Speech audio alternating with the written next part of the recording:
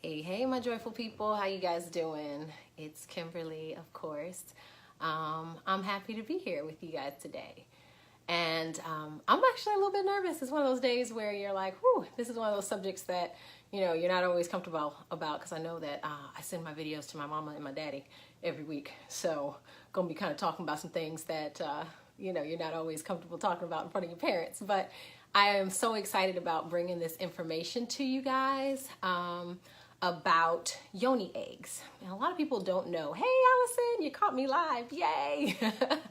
I wanted to bring this to you because a lot of women suffer with this issue and they don't know what to do. And of course, they're like, why do I sneeze and I pee on myself, right? Or they're like, I'm running and they feel like they need to wear a diaper. Or they cough or anything like that. So, hey, Stephanie, good to see you. So I was like, it's not necessarily something that I suffer with, but it's because I feel like I've been really proactive about my pelvic floor since I had kids. Very intentional. I had a pretty significant issue with, yes, do not go to a trampoline place. Exactly. That kind of feeling, right, Allison, where you're like, what do I do? Because you feel like you're peeing on yourself. That's not what we want. But we don't realize that we actually have to do exercises. And I know a lot of people have heard about like the Kegel exercises from Dr. Kegel. But what we don't realize is that it's not just about contracting the pelvic floor, or as we call in yoga, Uddha Bandha, Uddiyana Bandha, like pulling up and in. But you have to be intentional about it, right? So, hey guys, I see people joining on. I'm so happy you guys are here. So Yoni eggs are really, really, really important to add to this practice. And the reason being is like if you think about having a dumbbell and you're doing bicep curls, right? Or you're doing extensions or flies or presses or anything like that, and you do them without something, right?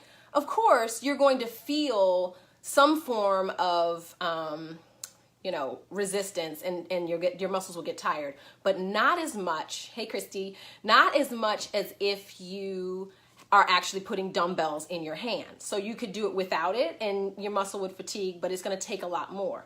Well, Yoni eggs, I'm gonna pull them out and show them to you. The ones that I have come in the cute little box like this.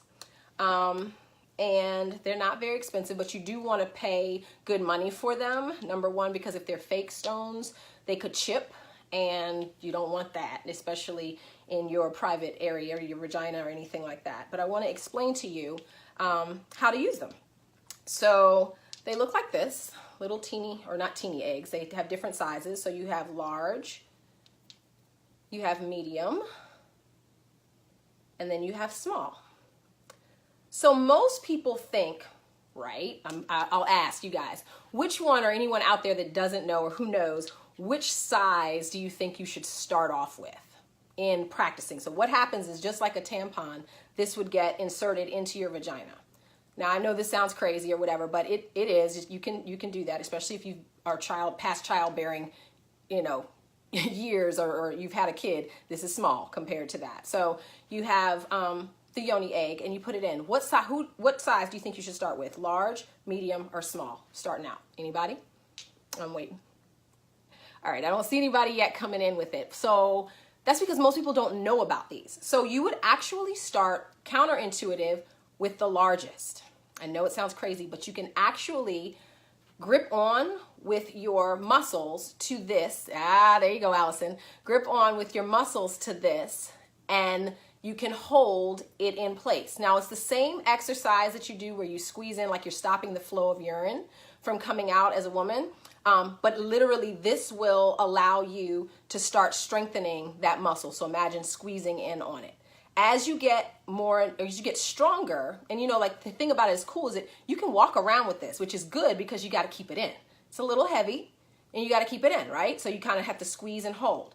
Well, as you get stronger, you switch down to the medium size, squeeze and hold. It gets a little harder as you're walking around. And then you finish it off with a smaller one like this.